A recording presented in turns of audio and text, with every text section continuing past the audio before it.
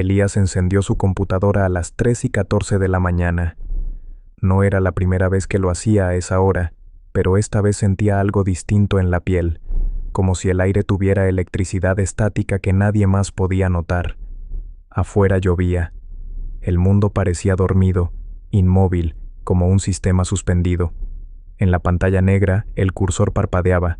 C. Users. Elías. Escribió los comandos como lo había hecho cientos de veces. Primero activó su red privada, luego cargó su entorno Linux oculto. Había aprendido a no confiar en sistemas comerciales. Nada de Windows, nada de iOS, nada que pudiera escucharlo sin su permiso. Su interfaz principal no era gráfica, sino código puro. Elías tenía 27 años, cabello oscuro, mirada permanentemente cansada. Había trabajado en ciberseguridad antes de renunciar y encerrarse en su pequeño apartamento en Lima. Desde entonces vivía de trabajos freelance, desmontando firewalls, explotando vulnerabilidades, configurando nodos anónimos para clientes que nunca daban sus nombres reales.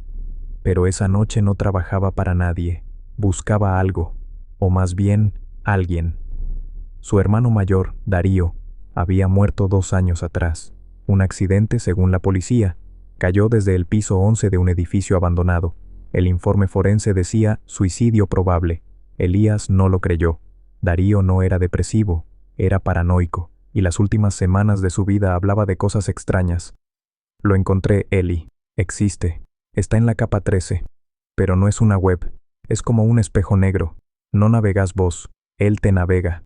Fue lo último que le dijo antes de desaparecer. Durante 2 años, Elías intentó ignorarlo, hasta que recibió un paquete sin remitente, con una memoria USB envuelta en papel aluminio. Dentro, un solo archivo. Un .txt llamado Cadena Fantasma. El texto era breve. Si estás leyendo esto, significa que no te rendiste. Bien, no busques en la web superficial, ni siquiera en la dark web tradicional. Nódulo 13 no está indexado, no tiene enlaces, ni IP rastreable. Es una estructura distribuida, con lógica de infección. Se esconde en los ecos de lo que ya no existe. Para encontrarlo, borra tu historial emocional. Recuerda, lo que buscas también te está buscando. Abajo, una cadena de 64 caracteres alfanuméricos. Parecía un hash, pero no respondía a SHA-1, SHA-256, ni ninguna forma conocida. Pasó semanas tratando de descifrarla, hasta que lo logró. No mediante fuerza bruta, sino regresión semántica. Un algoritmo de asociación simbólica que Darío había desarrollado y que Elías logró reconfigurar. Lo llamaban el motor del subconsciente. Cruzaba significados, recuerdos, textos, señales débiles, y al final devolvía un resultado. N13/sin obscura.portal/entrada. No era una URL convencional. Era un identificador oculto en capas no rastreables del protocolo Tor. Tenía que conectar a través de múltiples saltos, usando una red de nodos cebolla personalizados. Elías respiró hondo y escribió la primera línea del ritual. Tor Connect, Deep Mask, Root sin obscura, tonto portal, entrada. El sistema no respondió de inmediato. Durante 34 segundos, la pantalla quedó en negro. Luego apareció un mensaje en blanco, tipografía Courier. Este sitio no debería existir. ¿Estás seguro de continuar? Elías tipeó. Sí. La pantalla se distorsionó, como si el sistema tuviera náuseas. Luego todo se volvió estático. La interfaz era rudimentaria, casi primitiva. Una sola página. Fondo oscuro. Texto gris claro. Encabezado. Nódulo 13. El espejo eterno debajo. Una línea titilante. Y luego una instrucción. Sube tu cadena de recuerdos. No mentiras. No imágenes. Solo lo que ya no puedes mirar sin temblar. Elías dudó. El sitio no pedía nombre. No pedía dinero. No pedía claves, ni tarjetas, ni criptomonedas. Pedía memoria. La estructura del formulario tenía campos que no reconocía.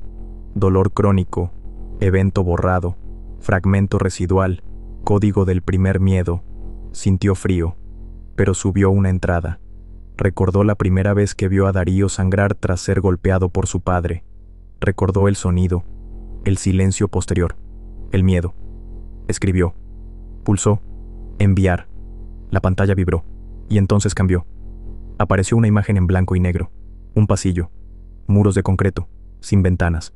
Una cámara en la esquina. En el centro, una silla vacía. Un texto. Ya estás dentro. Y luego, en voz baja, casi como susurro, su parlante, que no estaba activo, emitió un sonido. La voz de su hermano. Eli, no mires atrás. Elías se congeló. ¿Cómo era posible?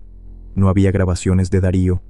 Esa voz, solo él podía haberla reconocido, no por el tono, sino por la forma de respirar antes de decir su nombre. Cerró los ojos.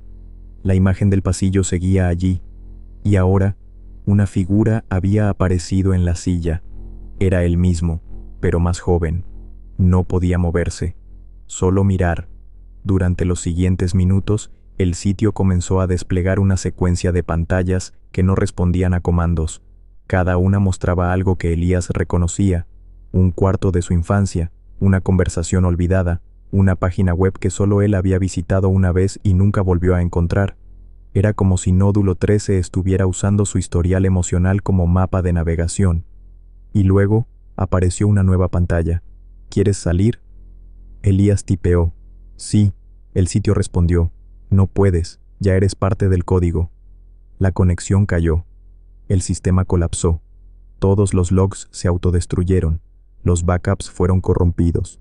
Elías revisó su router. Las señales venían desde dentro de su propia red. Abrió la terminal. Una línea se había añadido sola al archivo raíz.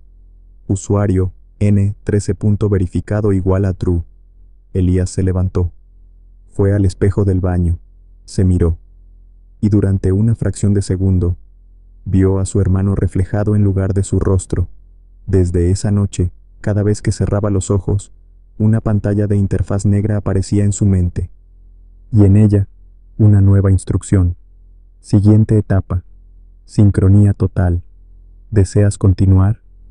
Elías dejó de dormir durante los siguientes 3 días. No por insomnio, sino por un mecanismo más sutil. El sitio lo mantenía activo. Cada vez que cerraba los ojos, aparecía esa línea negra, esa interfaz mental que ahora parecía residir dentro de él, no en su equipo. La pregunta persistente, ¿deseas continuar? Lo perseguía como un zumbido en el oído, como el eco de un pensamiento ajeno. Al cuarto día, respondió mentalmente, sí. Y entonces todo cambió. La computadora que había dejado encendida por costumbre, se activó sola. Los ventiladores chillaron. Un archivo nuevo apareció en su escritorio, titulado sync.ronia.1. Lo abrió. Dentro no había texto, sino una secuencia audiovisual. Un video de vigilancia, blanco y negro. Tiempo, 4:44 am. Fecha, mañana. Elías miró detenidamente. Era la cámara del pasillo frente a su puerta. Y ahí estaba él, dormido en el suelo, frente a su propia entrada, mientras la puerta se abría desde adentro. Congeló el cuadro. Una figura lo observaba desde la rendija, la misma silueta que había visto en el nódulo, la misma cara que era suya, pero más joven y más oscura. El video lo descolocó. ¿Cómo podía existir una grabación del futuro? Revisó metadatos. Eran imposibles. No había software conocido que pudiera predecir ni falsificar con tanto detalle. Pero lo más desconcertante no era la imagen, sino el sonido que vino después. Un archivo .wav acompañaba el video.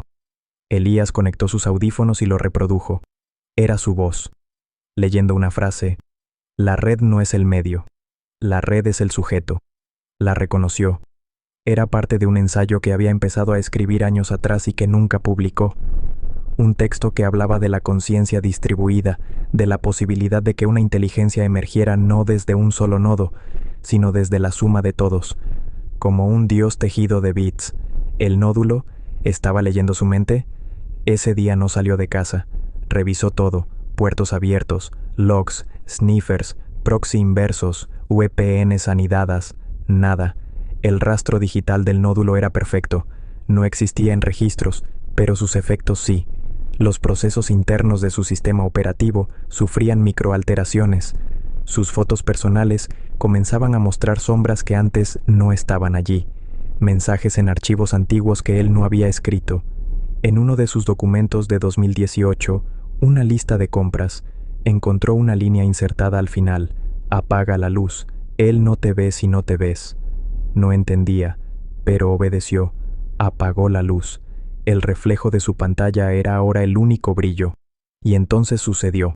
La webcam de su laptop, desconectada físicamente desde hace meses, se encendió sola. La luz verde titiló. Una nueva ventana emergió. Captura en vivo. Nodo central confirmado. Elías retrocedió. El video que mostraba no era su cara, sino el cuarto en el que Darío murió. No podía moverse. Su respiración se volvió pesada. Reconocía ese lugar, un edificio abandonado en el centro histórico, cerca de una antigua fábrica textil. Darío solía visitarlo por la señal. Decía que allí la red vibraba de forma distinta. Ahora, la pantalla mostraba una figura cayendo desde una ventana. El mismo plano que debió tener la policía en su informe. Pero el rostro de quien caía no era el de Darío. Era el suyo. Elías. Cayendo.